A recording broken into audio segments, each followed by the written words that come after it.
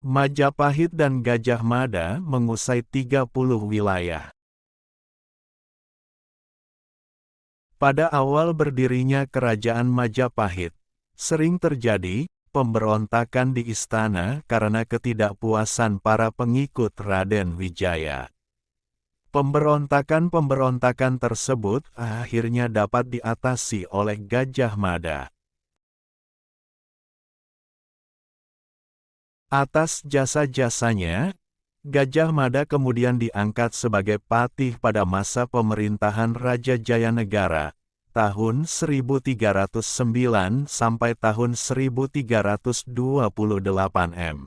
Setelah Jayanegara wafat, takhta kerajaan jatuh ke tangan Tribhuwana Wijaya Tunggadewi.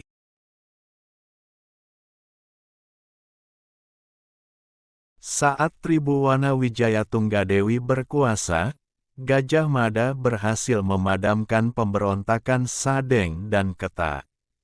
Saat pelantikannya menjadi Mahapati itulah, Gajah Mada bersumpah untuk menyatukan Nusantara, yang kemudian dikenal dengan sebutan Sumpah Palapa.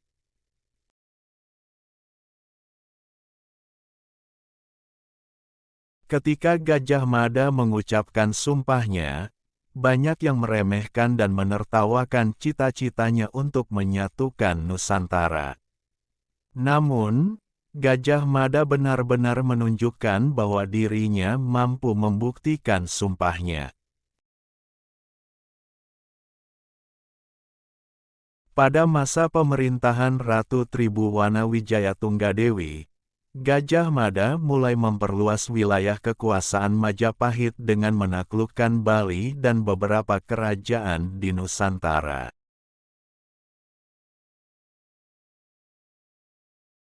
Setelah itu, wilayah kekuasaan kerajaan Majapahit semakin luas.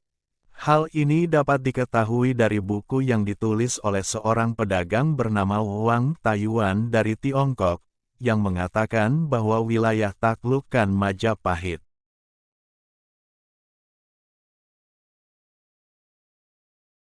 meliputi Sumatera, Kalimantan Selatan, Kalimantan Timur, dan Indonesia Timur.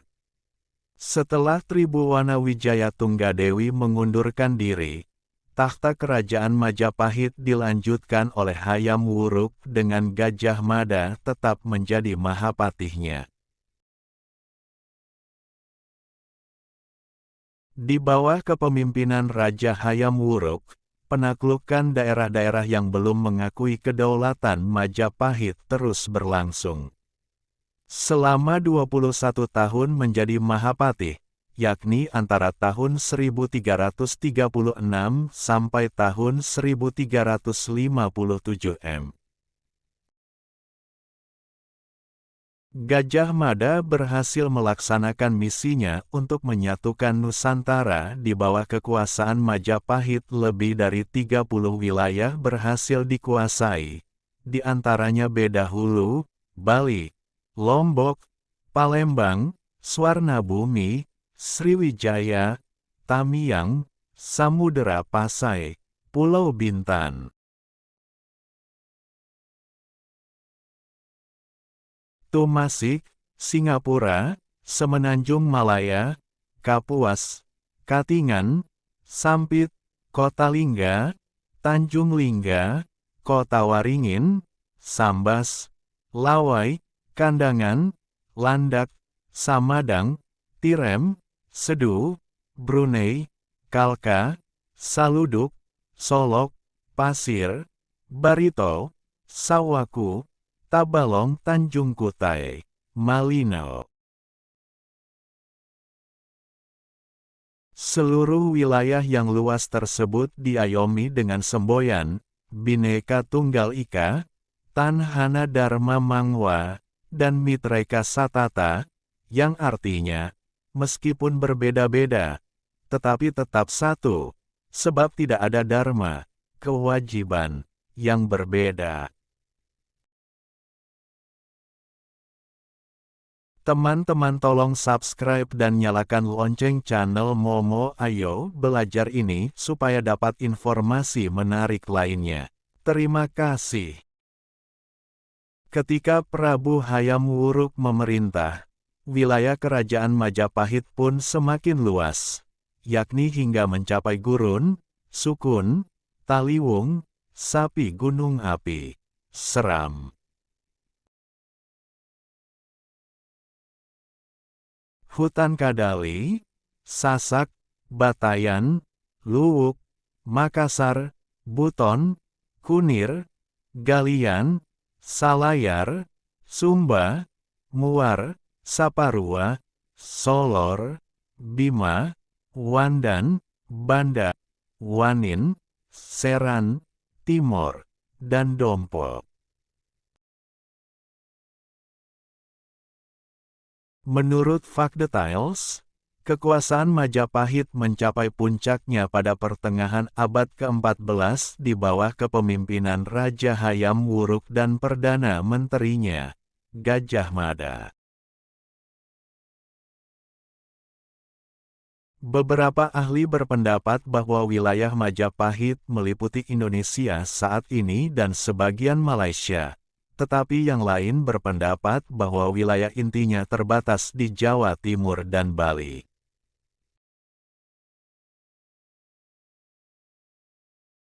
Meskipun demikian, Majapahit menjadi kekuatan yang signifikan di wilayah tersebut, mempertahankan hubungan reguler dengan Bengal, Cina, Champa, Kamboja, Annam, Vietnam Utara, dan Siam, Thailand.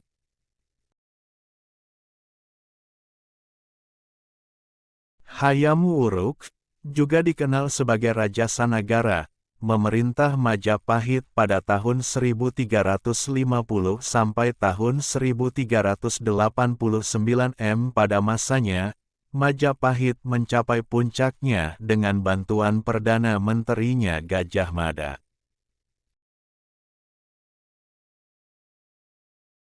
Di bawah komando Gajah Mada, tahun 1313 sampai tahun 1364 m, Majapahit menaklukkan lebih banyak wilayah.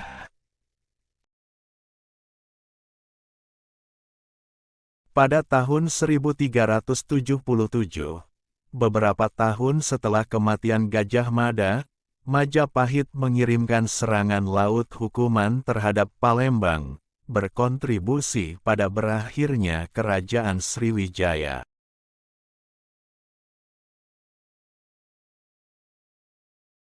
Menurut Kitab Nagarakertagama Pupu, Canto 13 dan 14 disebutkan beberapa negara bagian di Sumatera, Semenanjung Malaya, Kalimantan, Sulawesi, Kepulauan Nusa Tenggara, Maluku, New Guinea, dan beberapa bagian pulau Filipina.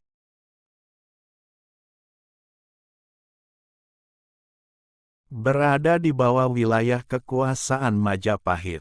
Menurut Nagarakertagama, pertempuran Manila antara Kerajaan Luzon dan Kerajaan Majapahit terjadi untuk merebut wilayah itu. Sumber ini menyebutkan ekspansi Majapahit menandai perluasan terbesar. Selurong, Luzon berada di bawah kekuasaan Majapahit sampai orang Brunei datang menurut Nagarakertagama. Menurut legenda hal itu karena perkawinan Sasaban dengan salah satu kaisar Majapahit awal, Visayas dihuni oleh bangsawan dari Sriwijaya dan Kola.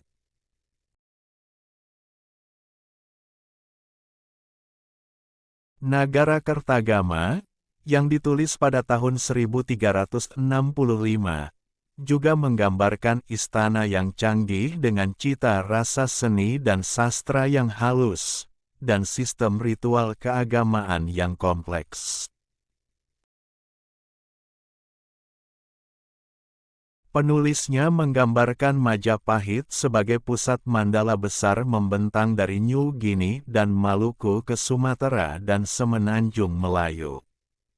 Tradisi lokal di banyak bagian Indonesia menyimpan catatan yang kurang lebih legendaris dari kekuasaan Majapahit. Pemerintahan langsung Majapahit tidak melampaui Jawa Timur dan Bali. Tetapi tantangan terhadap klaim Majapahit atas kekuasaan di pulau-pulau terluar mendapat tanggapan yang kuat.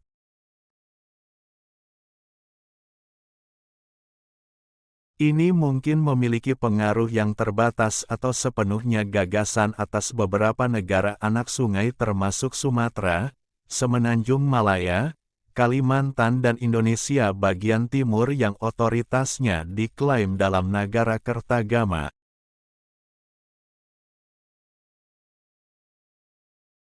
Kendala geografis dan ekonomi menunjukkan bahwa alih-alih otoritas terpusat yang teratur, negara-negara bagian luar kemungkinan besar telah terhubung terutama oleh koneksi perdagangan, yang mungkin merupakan monopoli kerajaan.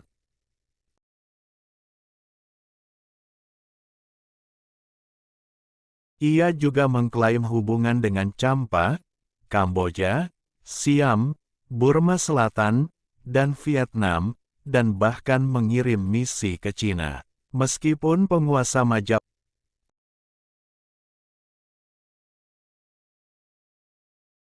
fokus mereka tampaknya telah menguasai dan mendapatkan bagian yang lebih besar dari perdagangan komersial yang melewati Nusantara.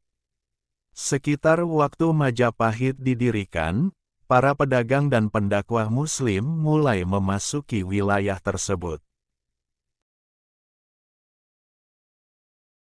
Like, share, comment. Please subscribe and thanks for watching.